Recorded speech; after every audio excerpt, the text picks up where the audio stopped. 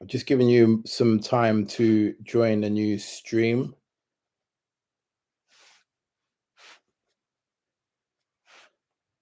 If you can hear me all right, just put a one in the chat, please. Not sure what was happening, some technical problems, and thank you all for your prayers. I saw somebody comment, can't remember who it was, that quite a few streams were being interrupted today. And you know me, I don't believe in coincidences, but by Yah's grace, we are here. That was you, Corey, was it? Okay. But thank you for your prayers anyway.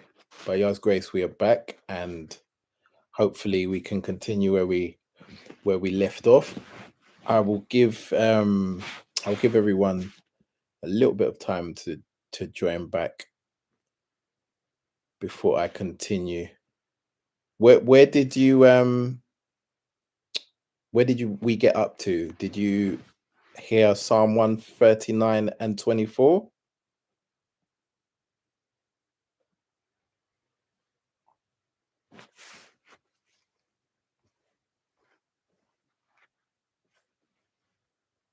Yes. Okay, great.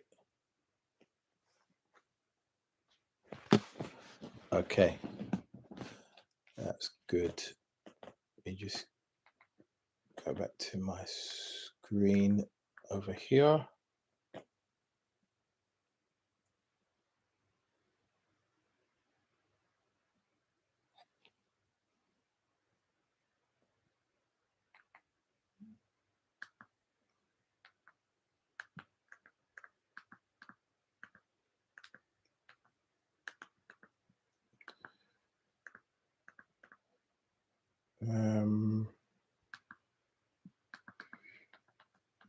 Okay, family.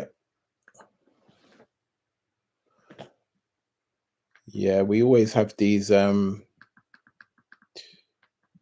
challenges from time to time, but you know, the Most High will only give us what we are able to bear. And after we've endured for a while, as the scripture says, he will show us a way out. So by his grace, we are back. And we shall continue. So I was talking about us being fearfully and wonderfully made, something that Most High did by making us in his image, in his likeness. And when he did this thing, it wasn't for the moment in time at that time. It was also for the very, very far future, i.e., where we are today, and even the times to come. And so, with all the knowledge, wisdom, and understanding that he had, he put it into us when he created us in his image and when he made us fearfully and wonderfully. And he was to be our source. He was to be the one that we get our wisdom, our knowledge, and understanding from. So we were to have the abilities of the Most High. And when mankind fell and we lost that, by his grace, because of his mercy, he made a way for us to come back to him through the righteous works of his son. And he made sure that we were still able to be in the position of being fearfully and wonderfully made from a spiritual perspective, but also from a physical perspective, because he made us from the healing properties of the soil, the dust of the ground, which he formed together to make mankind. And we are still in that state today, i.e., we are still fearfully and wonderfully made. The Most High knew and knows all the things that have happened over time and all the things that are going to happen in the future. He knows all the wickedness of man and all the things that mankind is going to try and do and are doing at the moment to try and corrupt our food, our water, to corrupt our air, our soil, to corrupt even our mind. All the things that are being done, but yet the Most High still made us in a way where we are fearfully and wonderfully made. He took those things into consideration. So we must be confident in the model that we have, in the machine that we had, which is our body that the Most High made. And then when he made that body, when he equipped us, he gave us instruction in terms of what is good to eat and what's not good to eat, instruction in terms of showing us the natural healing properties that are on this earth. And if we were to trust in him, we wouldn't need the additions of man and the things that man have put into this world to try and take us off track from being fearfully and wonderfully made. Now, I'm not saying that things like medicines and all these things that have been made by man, I'm not saying these things should not be used or are no good. That's not what I'm saying here. But what I'm saying is the Most High put natural healing properties in the earth, and he put healing properties in our foods. And even though today they try to corrupt these things and try to lessen these things, obedience is better than sacrifice. If we were to hearken unto the Most High, even the thing that has been corrupted through the Most High's grace, he will take that thing and make it to null effect. But we have to trust in him, and we have to operate with the Ruach HaKodesh that the Most High has given us in order for us to be in the right standing so that we can navigate through these times. We have to use wisdom. We have to use logic matched up with the Ruach HaKodesh, and be wise in the things we do. Like he told us, we must get understanding and we must have wisdom as the principal thing. And yes, right on cue for this scripture in Isaiah 54 and 17, that no weapon that is formed against us, thee, let's personalize it. No weapon formed against us shall prosper. And every tongue that rises against us in judgment, we shall condemn. This is the heritage of the servants of Yah, and our righteousness is of him. That is what Yahweh says.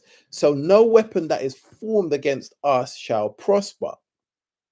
And weapons come in various forms. They may not necessarily always come in the form of a weapon like a gun or a sword, but they could come in the form of something that you consume, not necessarily just poison, something out to kill you outright.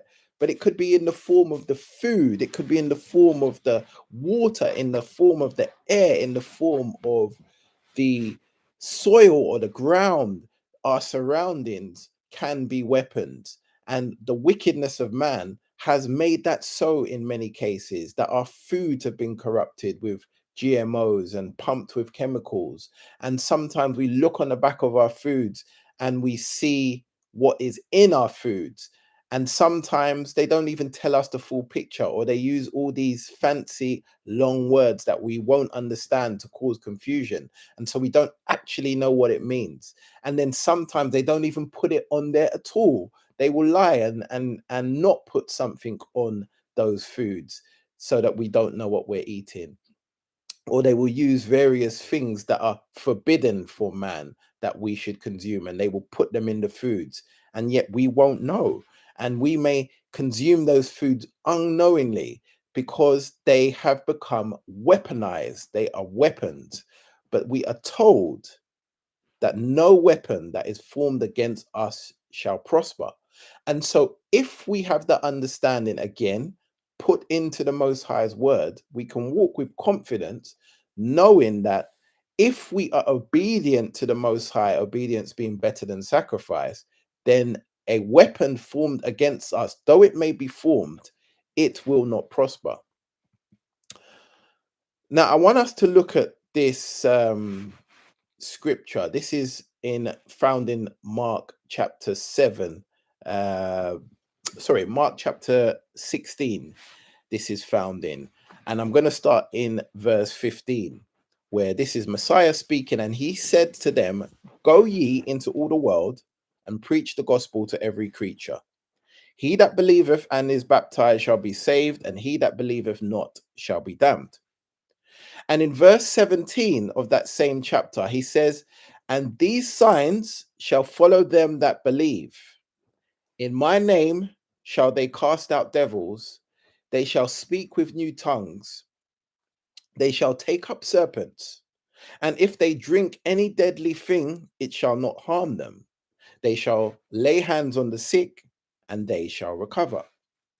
So the Son of the Most High is telling us that if we are believers, and verse 15 and 16 goes on to quantify what that means.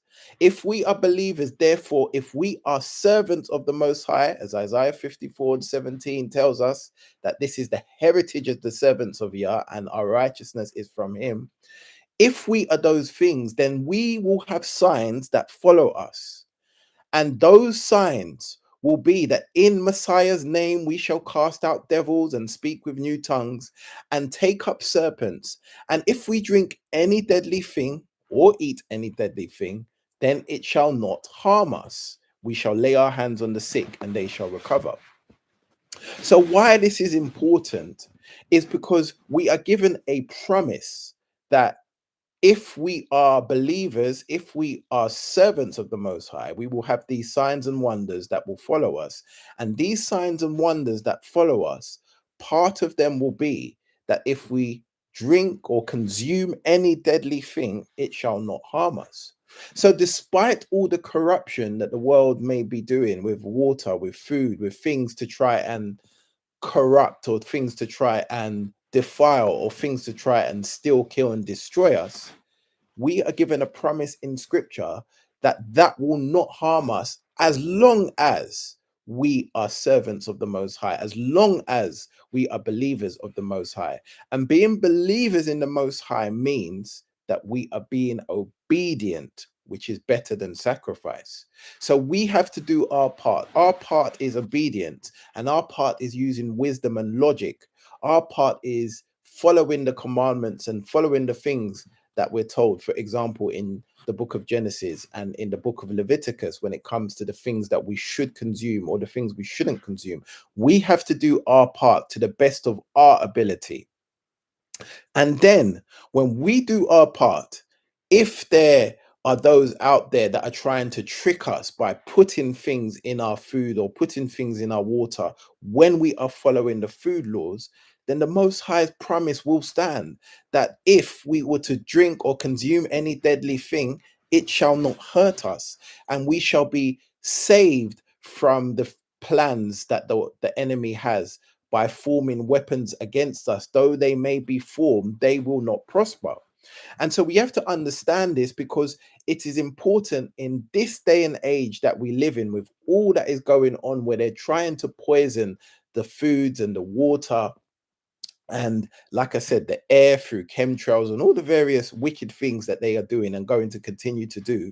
We should be confident and have the Most High's grace that he has given us through his word, and promises that he has given us through his scriptures, that we will not be harmed, even if we drink a deadly thing, because he has shown us that by being obedient to his instruction, when we put these things into practice, what will happen is that those plans, those weapons formed, they will not prosper. And this is something that we should be very, very mindful of. Now, in addition to that, we must use wisdom.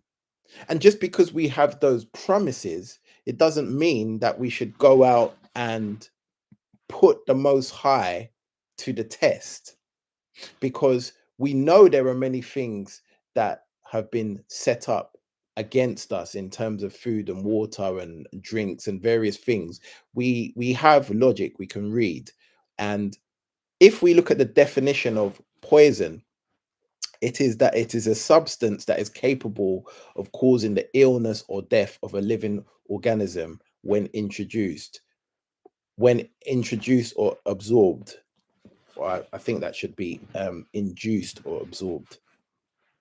But the poison can come in the form of poison, as we know, that can kill. But poison is not limited to that. It could be poison in the various sources that we have spoken, things that can cause harm, things that can cause illness, things that can be fatal if we are to consume them. So we have to be wise when it comes to the foods that we're going to eat. We have to be wise by understanding or knowing the food laws and using them to our benefit, because they are there for our instruction. They are there to bring us life and to help us to be healthy and to be strong and to be well.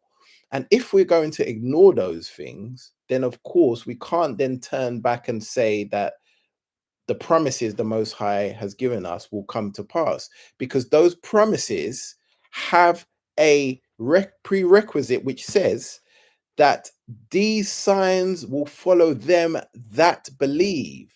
That is the prerequisite, that we must believe. And then it tells us in verses 15 and 16 who those believers are. It tells us that he who believes and is baptized, in other words, the one who is obedient to the Most High's command, he is the one that believes. He is the one that is a child of Yah, a servant of Yah. And then when you are a servant of Yah, then it is your heritage that no weapon that is formed against you will prosper. It cannot be so, because the Most High has said it in his word that if you're a servant, then that will apply to you. But we have to do our part, and our part is making sure we understand the food laws and are being obedient to them as much as is within our power, because like I say, there are things that sometimes they will lie about, or they will put on our foods, or they will say that it doesn't have certain thing and it might have it, or they will tell us that it's one thing when it's another. Those things outside of our control are when our promises will kick in, that anything that is deadly that we consume, the Most High will remove from us. He will not allow it to cause us hurt. He will not allow it to cause us harm. And likewise, it is for those things classed as weapons, that weapons formed, though they may be formed, they will not prosper. And these are promises we are given in the word. And so it is so important to understand these things and to live by them. But just because we have those promises, we must not tempt Yahweh our Elohim as he was tempted by our forefathers in Massa, Deuteronomy 6 and 16. And so, therefore, understand that, yes, we are given promises, but we have to do our part. And if I was to take a bottle of poison and drink it and say, well, I'm a believer of the Most High, and he says that nothing deadly will harm me if I drink it, do you think I'm going to survive? No, of course not, because I'm tempting the Most High. It's just like when Hasatan told Messiah to throw himself off the cliff and tried to use Psalm 91 to say that he will give his angels charge over you to keep you in all your ways. That if he was to fall down from the cliff, the angels would gather him. That would have been Messiah tempting the Most High. And he told him that he will not tempt the Most High, because it is written in this precept that we are not to tempt him as he was tempted by our forefathers in Massa, talking about during the first Exodus. And so we have to do our part in this process. We have these various promises, and these promises are going to be upheld because the Most High is a keeper of his word, but they are conditional. In other words, we have a part to play for them to be active, and that part is to be a believer. In other words, being obedient to the Most High, listening to his word, listening to the things that he has told us. And these things that he has told us are instructions in our scriptures, but we must also have a relationship via the Ruach HaKodesh. We must also have the Ruach to guide us, because there are sometimes we will be given collective instruction which come through the scriptures, that's for us all, but sometimes we will be given individual instruction, and that's where you need the Ruach, and that's where you need discernment to know there are some things that, though there is nothing wrong with consuming it in terms of from a food law perspective, but maybe for that particular individual, it is not right for them because of other challenges or other situations. And that's where we have to have the Ruach, so that we can hear when the Most High has given us additional instruction or individual instruction concerning the things that we consume. And when we are doing all of those things, we have the promises that if we were to drink or consume anything deadly, it will not harm us, and that no weapon that is formed against us will prosper. So there are substances that are put in various things, like into the food and the water, the air, as I've mentioned, the ground, and the mind. There's also poison being put into the mind, and the poison comes in the form of things maybe from films and TV or adverts or any type of source that can influence your mind. There are things that are put into the mind. It is not just a case of us having our foods corrupted, because these things are happening in various capacities, and therefore we have to understand that when we talk about poison, we're not just talking about literal poison that could unalive someone. We're talking about things that are put into all these various tools, whether it be food, whether it be our programs that we watch, whether it be the programs our children watch. There are things that are put in there which are classed as poison because they are here to destroy. And that includes even the word itself, that mankind has used poison to put into the word to try and to corrupt it. Now we know that the word is incorruptible because it comes by the Ruach. But speaking of the physical word, where mankind has tried to corrupt the word and to use various understandings that is not what the word is talking about. And I'm going to give you an example, which I think is very important for us to see when we talk about the word. Genesis 2 and 8 through to 9. And Yahweh Elohim planted a garden eastward in Eden, and there he put the man who he formed. And out of the ground made Yahweh Elohim to grow every tree that is pleasant to the sight and that is good for food, the tree of life also in the midst of the garden, and the tree of knowledge of good and evil. So we know that these the ground and the seeds that produce these herb bearing plants, we looked at this at the beginning. We know that these things are good. We know that they come from out of the ground, which Yahweh Elohim made to grow every tree that is pleasant to the sight and good for food, including the tree of life in the middle of the garden and the tree of knowledge of good and evil. All of these things the Most High put, and he gave us instruction. And then we know what happened when we didn't hearken to the instruction. We know what the outcome was. But the tree of life, talking about the tree of life in the scriptures that yielded the fruit, very interesting study you can do on the tree of life, where you can look at the various times that the tree of life is mentioned in Genesis, in the Proverbs, and in Revelation. And 4 times in each of those books. Good study to do. Of course, this is talking from a literal, a figurative perspective, but the whole point of the tree of life is that it grew in the garden, and we were allowed to freely eat from every tree, including the tree of life. Only one tree were we forbidden to eat from. And so look in your own time at some of the references to the tree of life in the various scriptures you can see on your screen, because the tree of life is mentioned in the scriptures, showing us that coming from the ground and coming from a seed are good things. And we are of the ground, as we have already seen. And he showed me a pure river of water of life, clear as crystal, proceeding out of the throne of Yah and out of the Lamb. And in the midst of the street of it, and on either side of the river, there was the tree of life, which bare 12 manner of fruit, and yielded her fruit every month. And the leaves of the tree were for the healing of the nation. Revelation 22, 1 through to 2. So we see that the leaves of the tree the tree which comes from a seed, the seed which comes from being planted in the ground, all of these things are connected. The leaves of the tree were for the healing of the nations. And this is something that will play out in the future in a literal and also in a metaphoric perspective. But it is reminding us that the ground produces these things, the natural soil, the natural earth, which we came from, produces all these things, and the seeds are also the source of life.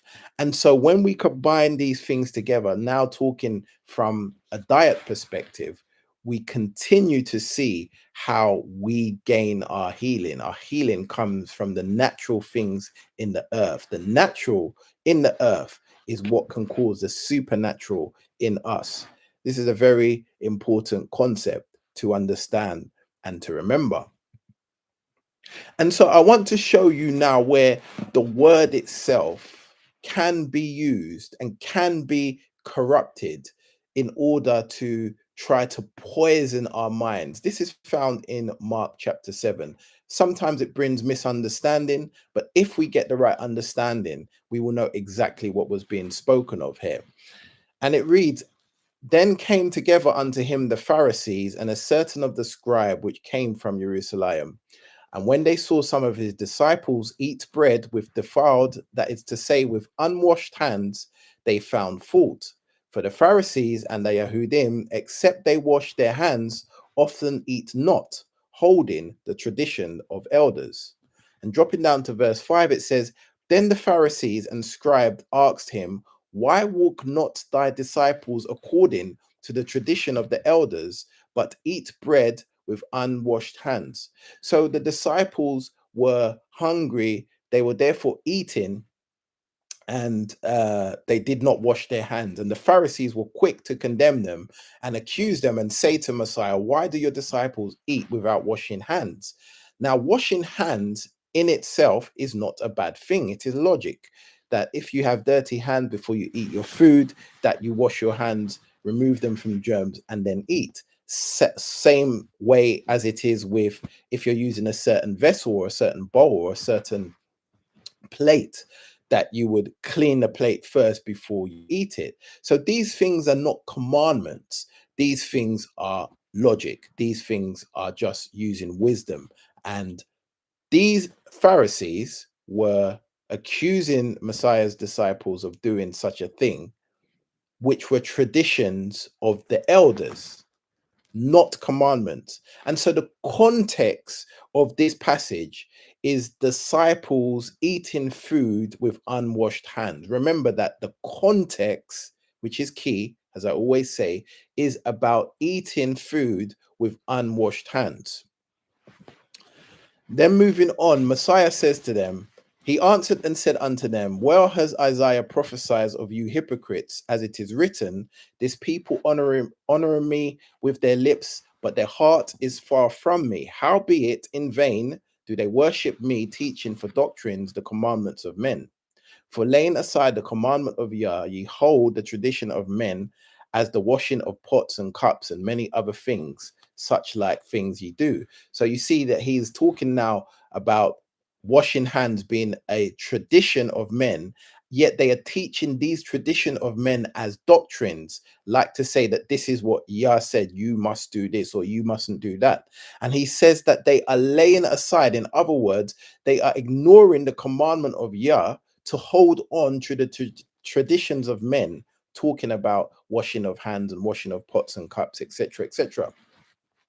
So we have to understand that the context of this dialogue was about eating food with unwashed or unclean hands.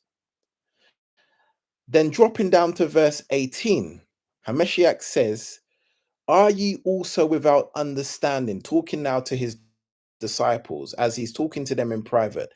He says, do you not perceive that whatsoever thing from without entereth into the man, because it entereth not into his heart, throughout purging all meats? So he's talking to his disciples privately, and he says to them, sorry, think we had a frozen screen.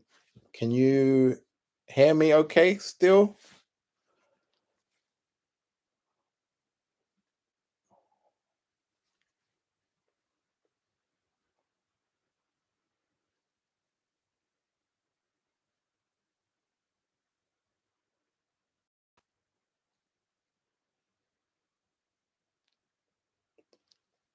Let me just make sure. Okay. Slight buffering, but I think we're okay. I feel like the enemy doesn't want this message to go forth, but it will go forth by God's grace.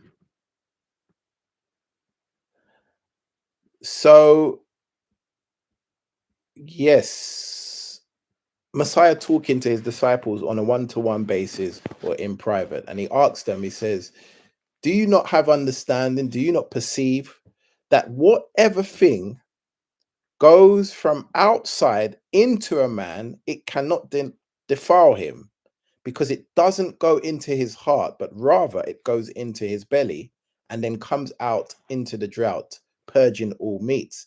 What Messiah is saying here is that something that you consume will not defile you. Now, bear in mind the context of the discussion is about washing hands. It's not about the type of food, it is about washing hands. So he is saying that even if you don't wash your hands and there are some type of germs available or some type of disease, if you eat or consume that thing, that disease, all that will happen is that it will go through your digestive system into your belly and it will come out through the toilet. It is not going to go into your heart, and therefore it will not defile you. So he is showing them that the thing that you consume in terms of germs, because you haven't washed your hands, bearing in mind that's the context, or because you haven't washed the cup or the plate, bear in mind that's the context. He's saying that won't defile you. It will not enter your heart, but it will pass through your digestive system and come out. And he goes on to tell them that what will defile is the thing that enters into the heart, i.e., the thoughts from the mind, the thoughts of things of doing evil. Goes on to talk about fornication and all those type of things that are forbidden. He says that's what will defile a man, not what goes into the man in the form of germs from washing hands. Now, the reason why I'm covering this is because there are many people from various beliefs talking about Christianity and churchianity that use this scripture to justify eating all meats or eating all foods, or that all foods are acceptable, using verse 19 where they say purging all meats means that all meats have been made acceptable, all foods have been made acceptable, where we already know that the instructions were given to us in Genesis and in Leviticus about what foods are good to eat. And we know that the Most High does not contradict himself. And many of these beliefs come from ridiculous translations, like you find in the New Living Translation, the NLT of Mark 7, which reads verses 18 and 19. Don't you understand either? He said. Can't you see that the food you put into your body cannot defile you? Food doesn't go into your heart, but only passes and goes into the sewer. By saying this, he declared that every kind of food is acceptable in Yah's eyes. This is a lie from the pit of hell.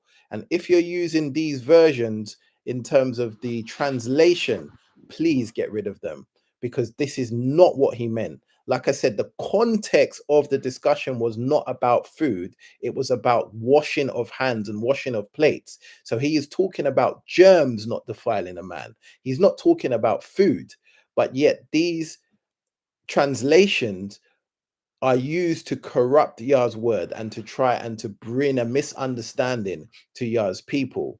It does not mean that every kind of food is acceptable in Yah's eyes, because Yah says what he means and he means what he says. He already gave us the instruction And for him then to turn around and to have a different instruction would be him contradicting himself. And again, if we read in the New International Version, the NIV, it says something similar where it says, "Are you so dull?" He asks. "Don't you see that nothing that enters a person from the outside can defile them? For it doesn't go into their heart, but into their stomach and then out of the body." In saying this, he declared all foods clean. No, he did not declare all food clean. He declared that if you have germs on your hands or on the plate and you eat from that plate, it will pass through your digestive system, and the system the Most High gave you, i.e., your body, will get rid of it. It will not defile you. He was not talking that all foods are acceptable. So let us understand that when I said that there are poison put in various forms, whether it be in food, whether it be in water, whether it be in the ground, whether it be in the air, it also includes the poison they're trying to put into our minds. That poison coming in the form of many various things, including the word. And if we don't have the Ruach HaKodesh of Yah, if we don't have understanding, which he tells us to get with all our getting, we will then see these scriptures and think it justifies being able to eat all foods, some of those foods that the Most High already told us are not good for us for various health reasons. And this is why I say that in all our getting, we must get understanding. And even if we don't have understanding at the time, be obedient to the word of Yah. Make sure you get what the word says, be obedient to it. And as time goes on, the understanding will be given, because the Most High says that to all those listening to his teaching, more understanding will be given. But if we don't have the understanding, we're going to be deceived by the poison they have put in the world, including into our word, to give us false interpretations and false understanding, so that we will go and be violating Leviticus chapter 11 and all the food laws. And then those things will end up causing other issues in our bodies and in our health. So we really have to understand these things, family. And these scriptures in these other translations, now bear in mind, I'm not saying that any translation is perfect, because even the KJV itself has errors and things like that. There's errors in every translation, but this is why we need Yah's guidance through his spirit of wisdom and understanding, the Ruach HaKodesh, to be with us, so that we can make sure that we get the correct understanding of what the word is saying, and not what these bad translations are trying to give us to lead us astray. And I wanted to bring this to the forefront so that we can tie it all in, knowing that the word is the source, but we need with the word in order to understand it fully. And even if we don't have the understanding at the, just be obedient to what it says, what it tells you to do, and the understanding will come at a latter time. And we know that this cannot be the case in terms of being contradiction to Yah's food laws, because Messiah said, "Think not that I am come to destroy the law or the prophets. I am not come to destroy, but to fulfill." Matthew 5 and 17. He came to fulfill the law. He came to set the law to a higher standard, not to destroy it. So for those people teaching that all foods are acceptable according to those translations that we see on screen, that is not correct. Messiah did not come to destroy the law. He came to fulfill, to lift it to a higher standard. And we were given the food laws and the instructions and for us to prosper. So we need to continue, believe, and practice those things that are written and get understanding. So information is always available, and that information is from both sides. We have seen now, we have information in the scriptures, in the food laws. We have information that is available from a good perspective, but also information is available from the bad perspective, in terms of bad doctrine, bad misunderstanding. It could be bad people breaking down the word that either are doing it deliberately to lead you astray, or because they don't have the ruach, they get the completely wrong thing that the scriptures itself are saying with these bad translations. And our job is to make sure that we take the correct information from the right side, not from the wrong side.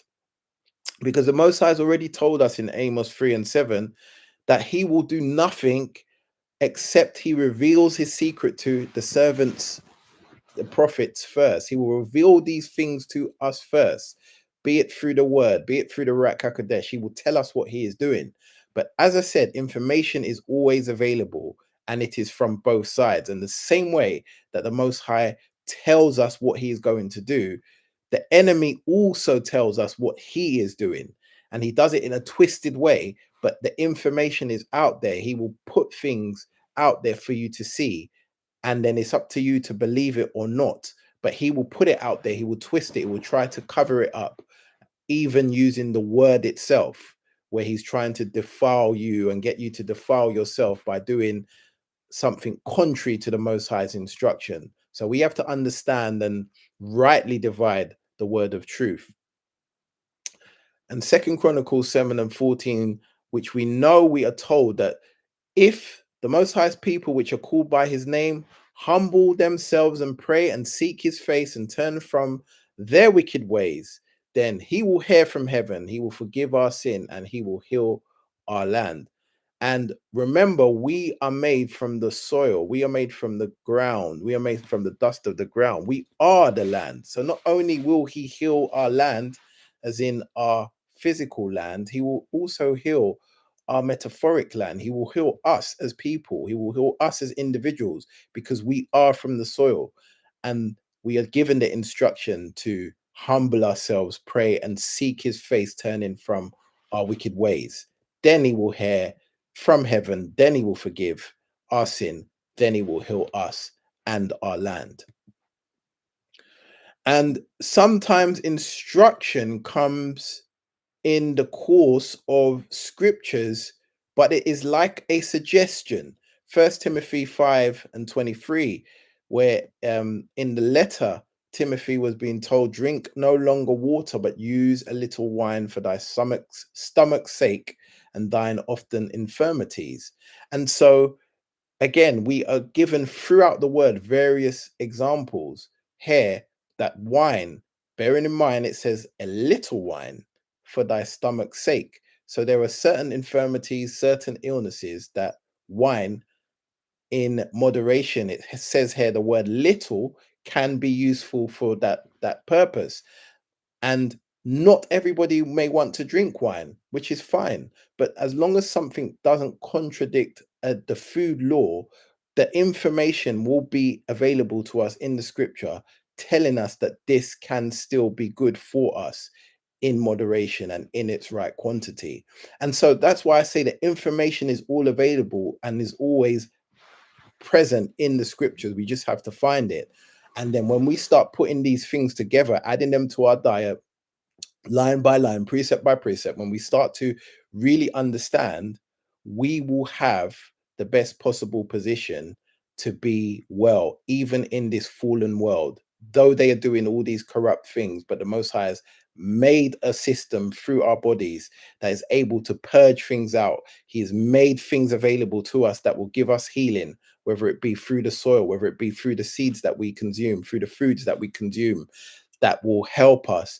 And even when they try to corrupt these things, if we are a servant of Yah, then we know that no weapon formed against us will prosper. And we know that even if we drink a deadly thing after doing our due diligence, but they've tried to deceive us and given us something deadly, it will not stand, it will not harm us.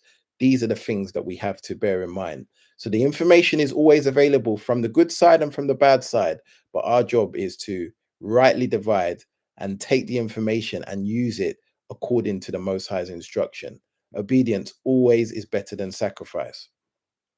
And Second Timothy 1 and 7 says that Yah has not given us the spirit of fear, but of power, love, and of a sound mind. And so we are given this spirit, his ruach, which gives us power, which gives us the ability to love, but it also gives us a sound mind. Sometimes when we think about infirmities and sicknesses, we only think about the physical, but having a sound mind is a huge blessing. It is a promise also from the Most High that he has given us that spirit of a sound mind. And very often, when your mind is sound, your body will follow. So it is important not just to have the health of the physical health, but also the health of the mind, the mental health. And we get that primarily by being in touch with the Most High and being in connection with Him. Then all these things start to fall in place. This is done through His Spirit that He gives us when we are His children and His believers. So, putting all those things together, family, we should be confident that we are fearfully and wonderfully made. And because of this, if we follow the instruction that we are given in the word and we rightly divide, we will always be okay, even in a fallen world where they're doing things to corrupt our food sources and our water sources. We will be fine because the Most High has made it so. When He made us in the beginning, He knew what was going to come in the future and He prepared for that. And if we trust in Him and His solutions and His provisions that He has put on this earth, we will still have the ability to be well, even in a fallen world. Remember, we have collective instruction, which is through the scriptures and through the source that the Most High has given us. We have individual instruction, which is through the Ruach HaKodesh, when we are revealed something, when we are told something that might not necessarily be something that a food law is saying we can't have. For example, there's no instructions in any of the food laws that says that we can't have sugar, but we have to use wisdom and we have to use our individual understanding and instruction. In some cases, sugar for some people is not a good thing, so you have to eliminate it. And if you have a relationship with the Most High, He will give you that individual instruction, but you have to hearken unto it and be obedient. And then we also have instruction through experience.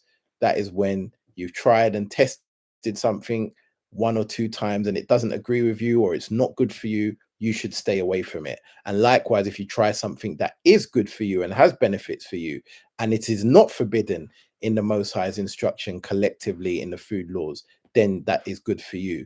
And these are things we have that the Most High has given us all and gives us all when we have a relationship with Him so that we can be well.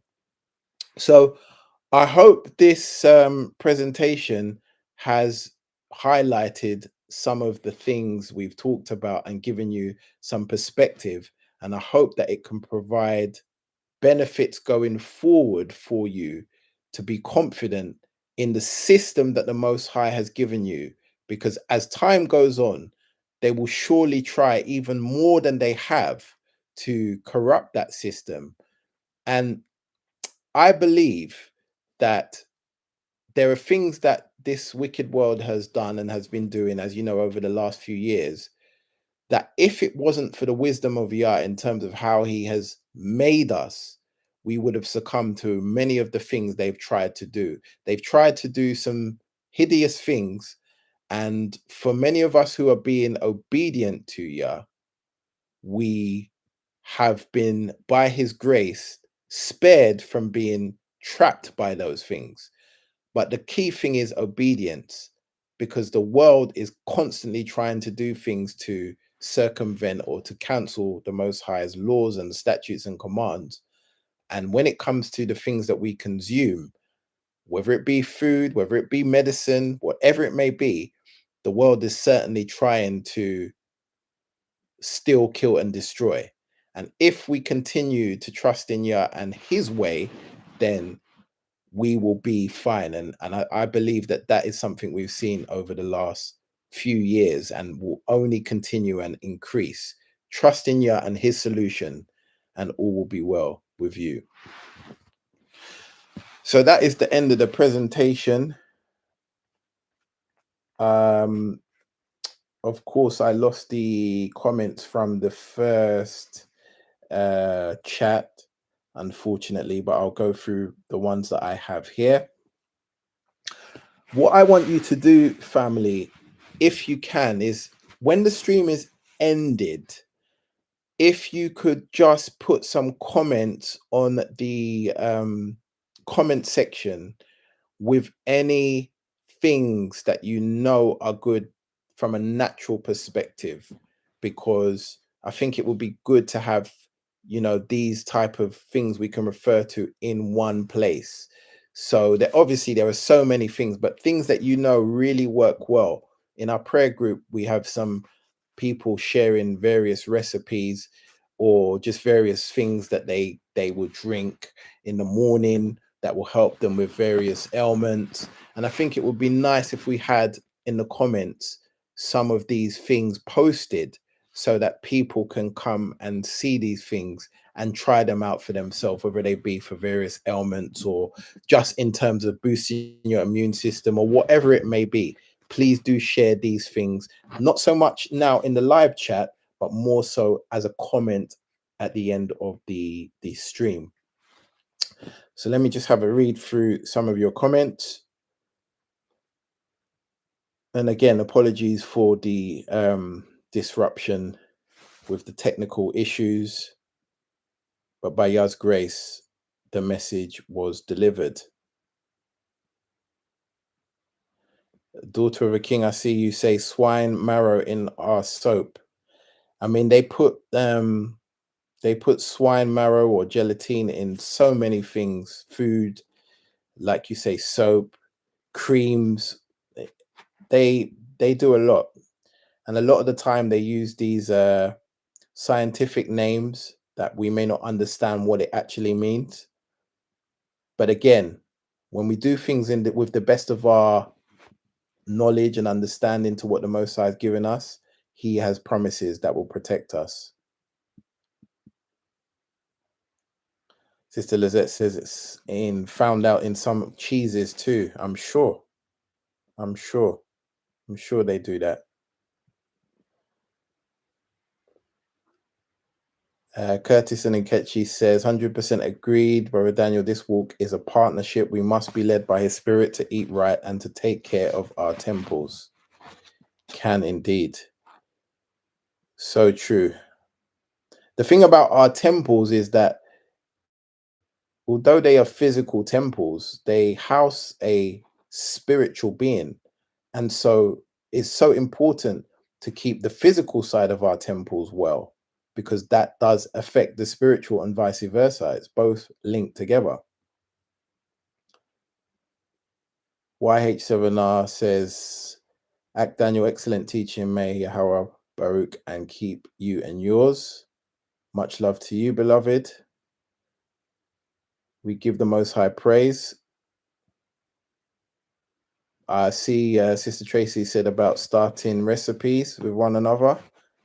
Please, I encourage you to do that. Do use the comment section on the video for that, because it'll be a great way for everybody to get whatever wisdom they can get from these things, whether it's a recipe or just, like I say, a best practice that somebody does that is from a natural perspective, of course. I could use beef, fish, and lamb recipes. We don't eat poultry in addition to the dietary laws. Yeah, I'm the same. I stopped about 4 years ago now, 2021. Boneless chicken is lab grown. Wouldn't surprise me, I'll be honest.